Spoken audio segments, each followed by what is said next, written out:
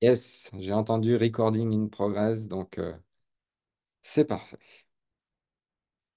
Et bien donc du coup, je démarre. Bonjour à tous, bienvenue dans ce webinaire. Ravi de voir des noms dans la liste des participants, de personnes que je connais. Avec plaisir d'accueillir et d'échanger avec ceux que je connais moins. Euh, je suis Jean-Baptiste Huot, je fais partie de l'équipe des enseignants de l'IFOD. Je suis aussi responsable pédagogique au sein de l'IFOD du parcours métier de coach. Et ce webinaire s'inscrit dans le cadre d'une série de webinaires que nous avons voulu construire autour du leadership. Dans une discussion qu'on a eue avec Violaine, on s'est dit, on est souvent sollicité quand on coach par des gens qui nous demandent d'accompagner telle personne à développer son leadership ou d'accompagner tel leader dans sa prise de poste. Du coup, c'était un thème qu'on trouvait porteur. Il y a déjà eu 3 webinaires. Celui-ci est le quatrième. Les 3 premiers webinaires ont été animés par Violaine et par Lucie. Vous pouvez trouver les replays sur le site de l'IFOD. Je vous incite à aller les regarder parce que nos 5 webinaires sont très complémentaires et vous aurez donc le 5e webinaire animé par Étienne qui viendra le mois prochain. Dans ces webinaires, dès le début, Violaine a défini le leadership en disant c'est un processus par lequel une personne influence et inspire. Alors j'ai voulu vous rappeler cette définition du leadership en démarrage parce que je vais m'appuyer dessus et je vais partir de cette définition-là. Donc oui, c'est un processus par lequel une personne influence et inspire un groupe, et c'est dans un contexte donné au service d'un objectif bien spécifique.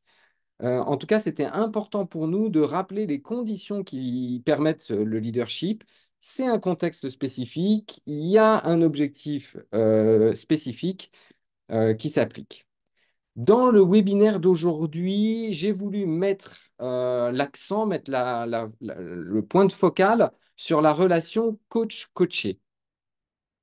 Euh, Quand on est sollicité pour accompagner des leaders ou pour accompagner du leadership, il est possible qu'il se passe des choses dans la relation coach-coaché qui soient en lien avec le fait que le coaching a quelque chose à voir avec le leadership. Et il me semblait intéressant d'extraire de ma pratique de coach, mais aussi de ma pratique de supervision, des potentielles dérives, des potentiels pièges, entre guillemets, qui peuvent se situer dans la relation coach-coaché et qui peuvent être intéressants à avoir identifiés. Alors, il y en a plusieurs. Moi, j'en ai vu 3 majeurs, 3 qui me semblaient être intéressants à partager avec vous, mais ce n'est pas du tout une liste exhaustive. Il pourrait y en avoir plein d'autres. Et d'ailleurs, si au fil du webinaire, vous vous dites, bah, moi, j'en vois d'autres, bah, ça peut être intéressant que vous les partagiez vous aussi. En attendant, bah, je vous présente les 3 que moi j'ai identifiés. Alors, la première dérive que je vois et qui peut se situer dans la relation coach-coaché, je l'ai appelée l'idéalisation. Autrement dit, euh, c'est le cas où le coach a une représentation du leadership, des croyances, une manière de voir ce qu'est un bon leader qui vient s'inviter dans la relation coach-coaché.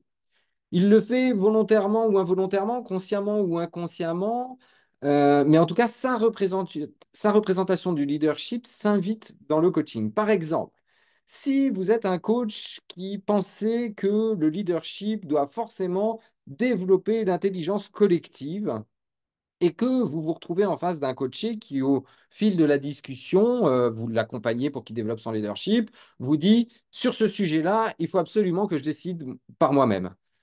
Vous pouvez être tenté, en tout cas, on peut imaginer que certains coachs pourraient être tentés de dire ah bon, mais pourquoi vous dites ça est-ce que vous pensez qu'un leader doit toujours prendre une décision seul? Et quelque part, vous voyez bien, là j'ai fait un exemple où la question est en fait déjà une question orientée.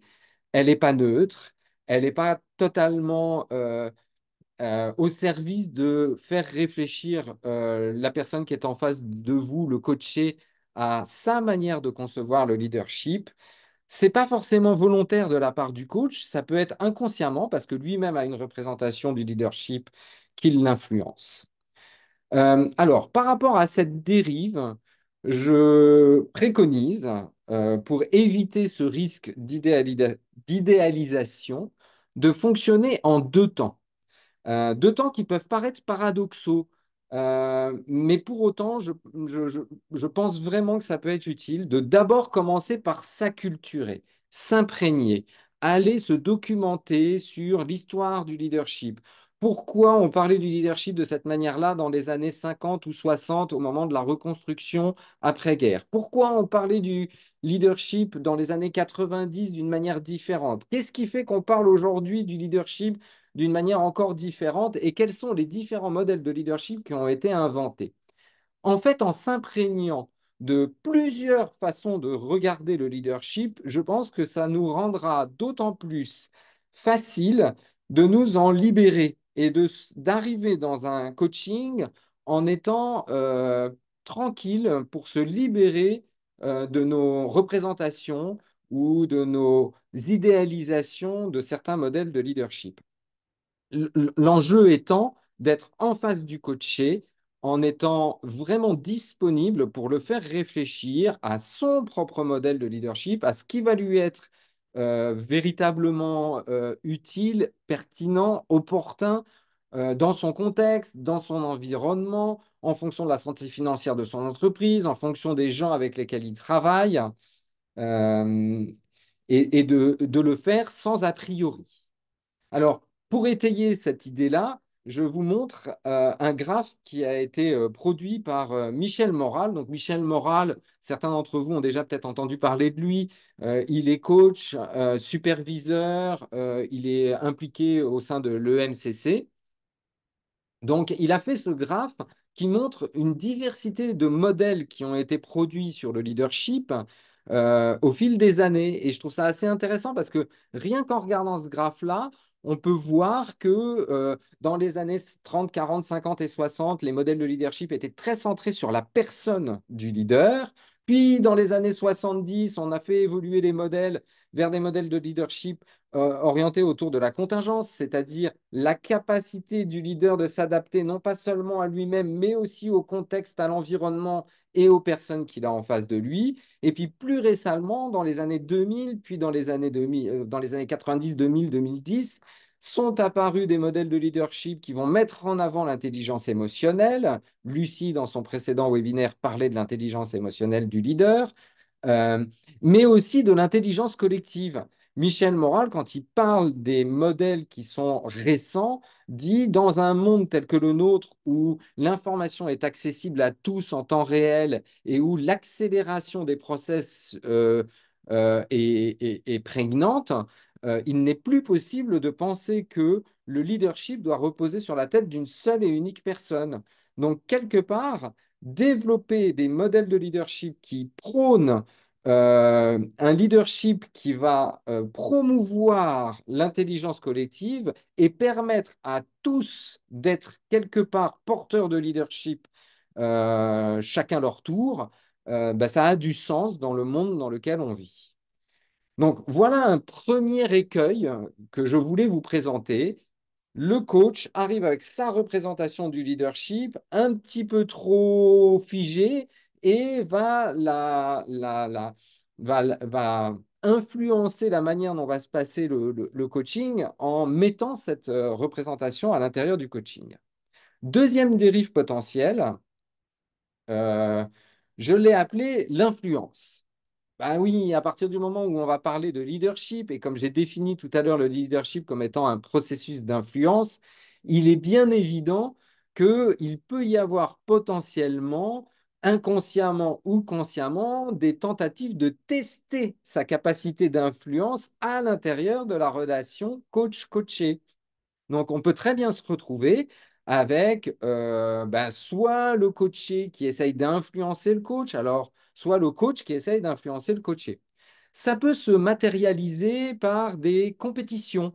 Des compétitions sur le contenu. Imaginez par exemple votre coaché qui vous présente un certain nombre d'idées, puis le coach l'interrompt en lui disant tiens, sur votre deuxième option, est-ce que vous ne pensez pas qu'il y aurait des enjeux commerciaux que vous n'avez pas cités? Qui est là encore une question un peu orientée, un peu spécifique, qui peut donner l'impression que le coach cherche d'une manière ou d'une autre à faire valoir au coaché qu'il a des très belles idées, très intéressantes sur le contenu de ce que dit le coaché, sans les fournir pour autant.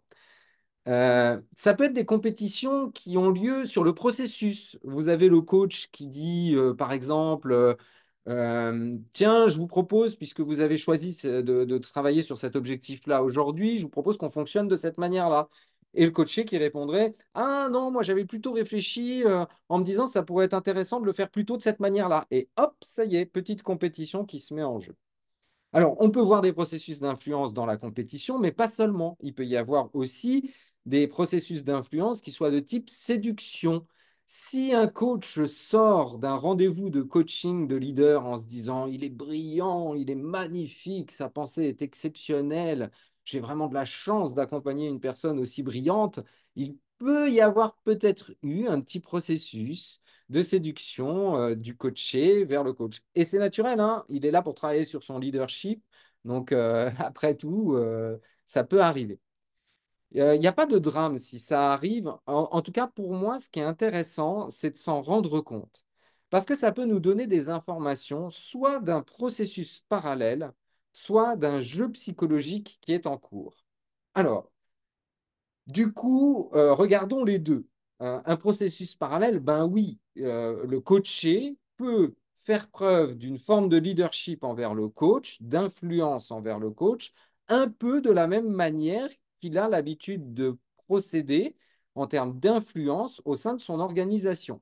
Donc, ce qui se passe entre le coach et le coaché est peut-être une information très intéressante que nous donne le coaché inconsciemment de sa manière de faire preuve de leadership au sein de l'organisation. Donc ça, c'est utile et ça peut être exploité comme matière. Parallèlement à ça, donc ça c'était sur la partie gauche du slide, sur la partie droite du slide, je parle aussi de jeu psychologique au sens de l'analyse transactionnelle. Il se peut si je suis coach, que si l'on m'appelle en me disant on a pensé à vous pour faire le coaching d'un leader ou pour accompagner quelqu'un sur du leadership, il se peut que ça soit un peu un appât irrésistible et que du coup j'y aille en ayant une partie de moi qui va trouver ça très intéressant pour nourrir mon besoin d'impact sur les autres, pour nourrir ma soif de reconnaissance ou éventuellement pour nourrir une forme de notoriété, de prestige. Euh, et du coup, m'en rendre compte peut être utile et intéressant. Alors, je vous ai mis pour limiter ce risque d'influence mutuelle, ou en tout cas limiter le risque que ça soit mal utilisé, je préconise bah déjà, la prise de conscience. Ce qui est intéressant, c'est dans l'intercession, en sortant d'une session, si vous vous posez la question, est-ce qu'il y a eu des petites influences de type compétition, séduction, négociation, tentative de persuasion, résistance entre nous deux dans notre relation coach-coaché, bah, ça peut être intéressant de s'en rendre compte parce que du coup, ça peut donner l'impulsion de, tiens, y avait-il là un processus parallèle intéressant à regarder? Et puis, c'est aussi intéressant de se poser la question en intercession, est-ce que j'ai mordu à un appât qui fait que je pourrais rentrer dans ce coaching avec une amorce de jeu psychologique, soit en arrivant avec une position de sauveur, je vais vous accompagner, monsieur le leader, à être le leader le plus efficace du monde, ou dans une posture de persécuteur, je vais vous démontrer, monsieur le leader, que votre manière de faire du leadership et pas du tout OK sur cette planète, ou en ayant une posture de victime, oh là là, mon Dieu, je ne vais jamais réussir à accompagner quelqu'un qui est aussi brillant que cette personne. J'ai caricaturé pour vous donner une idée de ce que ça pourrait être des amorces de jeux psychologiques. Dans la réalité, ce n'est pas du tout aussi caricatural que ça et pas du tout aussi simple. Mais quand même, si on se pose la question en sortant d'une séance de coaching, on peut peut-être identifier des petites amorces ou des petits indices qui nous font dire, attention, il y a peut-être un risque de jeu psychologique. Voilà, ça c'était le deuxième écueil dont j'avais envie de vous parler. Et je vais donc passer au troisième écueil. Alors, je l'ai appelé la fausse barbe parce que on dit de quelqu'un qu'il est une fausse barbe si jamais il n'est pas ce qu'il prétend être. Et là, j'ai utilisé ce mot-là parce que dans certains cas, il y a des coachings en lien avec le leadership où le mot leadership est utilisé pour masquer une demande implicite qui n'a pas été exprimée. Ben oui, on peut avoir des commanditaires qui nous disent, oui, on vous demande, monsieur le coach ou madame la coach, d'accompagner cette personne pour qu'elle développe son leadership, qui est une manière polie de dire on aimerait qu'il soit euh, plus affirmé, ou on aimerait qu'il soit plus proactif, ou on aimerait qu'il soit moins dans la technique et plus dans la communication. Sauf que c'est pas dit.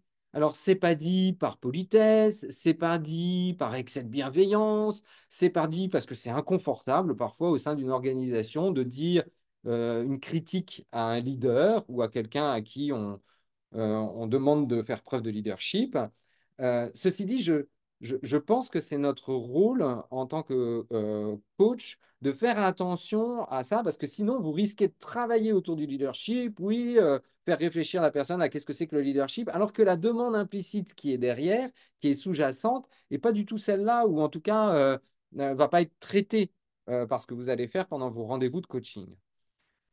Du coup, ben, là, pour le coup, la préconisation pour accompagner, si vous vous rendez compte qu'il y a ce risque-là qui se manifeste, ça va être vraiment de rendre explicite le plus possible la demande dès la phase de contractualisation. Alors, j'ai mis sur mon slide un carré avec une contractualisation tripartite quand il y a un commanditaire, mais c'est la même chose dans le cas où il n'y a pas de commanditaire et où vous êtes dans le cadre d'un contrat de coaching avec une unique personne, directement avec le coaché. Dans les deux cas, ça me semble utile de veiller à rendre explicite. Si le commanditaire vous dit, ben, je vous demande d'accompagner ce monsieur ou cette dame pour qu'elle développe son leadership, je trouve que c'est intéressant de s'arrêter là et de prendre le temps de dire, ben, super, avec plaisir. Est-ce que vous pouvez juste m'expliquer qu'est-ce que vous entendez par faire preuve de leadership? Est-ce que vous pouvez me donner des exemples de situations dans lesquelles vous aimeriez que cette personne fasse preuve d'un peu plus de leadership? Est-ce que vous pouvez mettre des mots sur qu'est-ce que ce serait être plus quoi ou moins quoi pour permettre qu'on comprenne tous quelle est l'attente? Et de la même manière, si vous êtes en bipartite, c'est pas parce que le commanditaire est pas là qu'il n'y a pas une vigilance à avoir sur le sujet. Si votre coach arrive et vous dit oui, je voudrais travailler avec vous parce que mon DG me demande de faire preuve de leadership et je trouve que ce serait vraiment intéressant que je travaille là-dessus, ça peut être intéressant de lui demander, mais est-ce qu'il vous en a dit plus, votre DG? Est-ce que vous... Et éventuellement d'accompagner le coaché pour qu'il soit capable, pour qu'il aille lui-même aux informations pour qu'il aille lui-même faire expliciter la demande, bon, si c'est possible, dans son organisation et dans son contexte. Voilà les trois exemples que je voulais vous présenter. J'ai dépassé les 15 minutes, ça fait même 19 que je suis en train de parler, donc je ne vais pas tarder à m'arrêter. Euh, je trouvais intéressant, en conclusion, d'aborder la relation coach-coaché et de regarder ce qui se passe entre le coach et le coaché potentiellement quand il y a des coachings de leadership.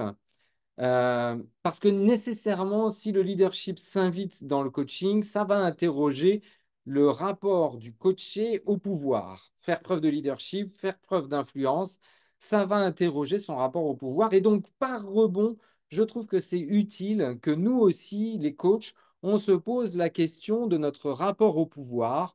Comment est-ce qu'on est à l'aise ou pas avec la notion de pouvoir? Et aussi de se questionner sur où est ma zone de pouvoir légitime dans la relation coach-coaché et où est une zone, ou quelles sont les zones dans lesquelles il n'est pas forcément légitime que je fasse preuve d'influence et que je mette en œuvre une forme de pouvoir dans la relation coach-coaché. Voilà pour ce que je voulais partager avec vous. Donc, du coup, je vais m'arrêter là et avec plaisir d'avoir vos réactions, vos questions, vos commentaires si vous en avez. J'arrête le partage comme ça me permet de voir ce qui va arriver dans le chat. Euh, en l'occurrence, l'autre jour où je testais un petit peu ce que j'allais dire dans le webinaire, il y a quelqu'un qui me dit, ben oui, mais d'accord, mais et si on a dérapé? Si j'ai cédé à l'une de ces dérives ou à l'un de ces risques, comment faire? Et du coup, bah, je vous partage cette question-là déjà en attendant que les vôtres arrivent. Euh, et je lui ai dit, bah, honnêtement, c'est pas grave. Moi, je fais partie de ceux qui pensent que dans le coaching, ce sont les petites erreurs, les petits défauts sont des mines d'or pour avoir de la matière à exploiter. Donc, ça nous arrive, enfin, je connais pas de coach qui a un mode de fonctionnement absolument nickel, toujours hyper bien centré. En tout cas, je préconise à la sortie de vos rendez-vous de coaching que vous preniez un petit temps pour noter ce qui s'est passé. Et du coup, si vous avez en conscience ces dérives-là, vous pouvez prendre le temps de noter, tiens, est-ce que j'ai influencé en essayant de poser dans le coaching mon style de leadership préféré? Est-ce qu'il y a eu des formes d'influence mutuelle, de compétition, de tentative de séduction entre nous pendant cette séance de coaching? Est-ce que finalement j'ai l'impression qu'on tourne autour du mot leadership mais qu'on ne se comprend pas et que du coup le mot leadership cache quelque chose.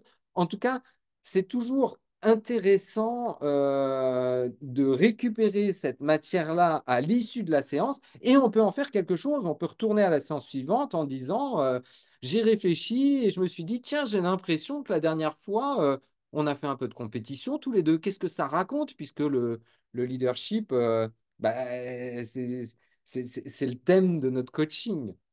Donc, en tout cas, pas de problème si on n'a pas trop eu si on ne s'est pas rendu compte pendant la séance, il est toujours possible de faire quelque chose après la séance. Alors, je regarde les questions. Est-ce qu'on peut recevoir les slides par mail? Moi, j'ai pas de problème, j'ai pas de copyright sur ces slides-là. En tout cas, vous aurez le replay. Donc, de toute façon, vous pourrez revoir les slides par le biais du replay.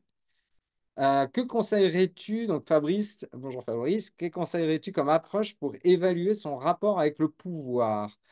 Eh ben, j'en sais rien, là, j'ai pas trop d'idées de comment tu pourrais évaluer. Ben, je pense que ça peut, euh, ça peut être intéressant à travailler en supervision, ça peut être intéressant à être dans l'échange. J'ai quand même donné quelques petites pistes.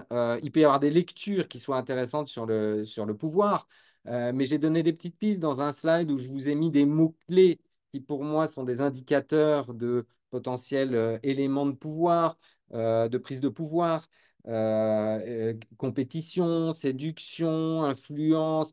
Euh, L'autre jour, ma superviseure disait, c'est intéressant, mais si vous sortez d'une séance de coaching en ayant l'impression qu'elle vous a coûté une énergie forte, il y a peut-être quelque chose qui s'est joué et qui mérite d'être regardé. Si je suis bien centré, si je suis bien tranquille, ça ne va pas me coûter une énergie forte. Je ne vais pas sortir de la séance de coaching en ayant comment je peux faire par-ci, par-là, etc. Ça peut être un indicateur, l'énergie déployée de qu'est-ce que ça raconte de mon rapport à l'autre et donc peut-être d'une certaine forme de pouvoir. Alors, Mireille, je fais le parallèle avec l'histoire des modèles d'éducation. Euh, En réalité, du modèle de leadership de l'environnement actuel dans lequel évolue le coaché et son avis sur celui-ci, bien sûr, qui nous donnera ses lunettes pour commencer. Oui, je trouve que c'est très intéressant de demander à votre coaché quelle est lui sa représentation. Attention, si c'est une coaching de prise de poste pour quelqu'un qui a jamais été dans une posture de leader, il n'en a pas forcément. Donc, vous pouvez être tenté de vouloir, il peut peut-être vous demander, il peut être en attente. Tiens, moi, j'aimerais bien comprendre qu'est-ce qu'il y a derrière le mot leadership. Donc, ça vaut quand même le coup que vous vous documentiez et que vous essayiez d'aller d'aller vous aussi vous faire vos propres convictions. Tiens, pourquoi est-ce que les modèles RC Blanchard correspondaient à une époque bien spécifique? Pourquoi est-ce que les modèles de servant leadership sont arrivés à cette époque-là? Quels sont leurs avantages, leurs inconvénients, leurs risques? Ouais, je pense que ça vaut le coup quand même de se muscler soi-même même si c'est une très bonne idée de demander au coaché. Alors, une source à conseiller pour s'acculturer et développer ses connaissances sur l'évolution du leadership, ben, déjà, si vous prenez tous les modèles que Michel Moral nous propose, ben, déjà, vous pouvez aller regarder un peu ce qu'écrit Michel Moral. Il a fourni un certain nombre de modèles de leadership. Si vous tapez sur Internet style de leadership, modèle de leadership, vous trouverez énormément de publications qui sont intéressantes. Je n'ai pas un ouvrage spécifique à vous recommander, mais plutôt de la curiosité. Vraiment, allez fouiller. Ne vous laissez pas simplement influencer par la foule de posts qui arrivent sur LinkedIn et qui sont tous dans une veine qui promeuvent tel type de leadership. Ça vaut vraiment le coup d'aller regarder et surtout de faire le lien avec l'histoire, avec le contexte, avec pourquoi à cette époque-là, c'est cette idée-là qui a été identifiée. Alors, Philippe, bonjour JB. Je vois que beaucoup de leaders cherchent des coachs avec une expérience de leader. Quels conseils peux-tu donner pour s'orienter vers ce genre de coaching de leadership et ou de leader? J'ai pas vraiment de conseils en la matière. Oui, c'est parfois plus facile, c'est rassurant pour les coachés d'entendre qu'ils sont coachés par quelqu'un qui a eu lui-même à faire preuve de leadership parce qu'il a eu un poste à leadership dans sa carrière. Donc, si vous êtes dans ce cas-là, c'est-à-dire si vous avez des expériences passées où vous avez pu ressentir de l'intérieur qu'est-ce que c'était que de chercher à faire preuve d'influence sur les autres, bah, mettez-le en valeur dans vos rencontres avec des potentiels coachés.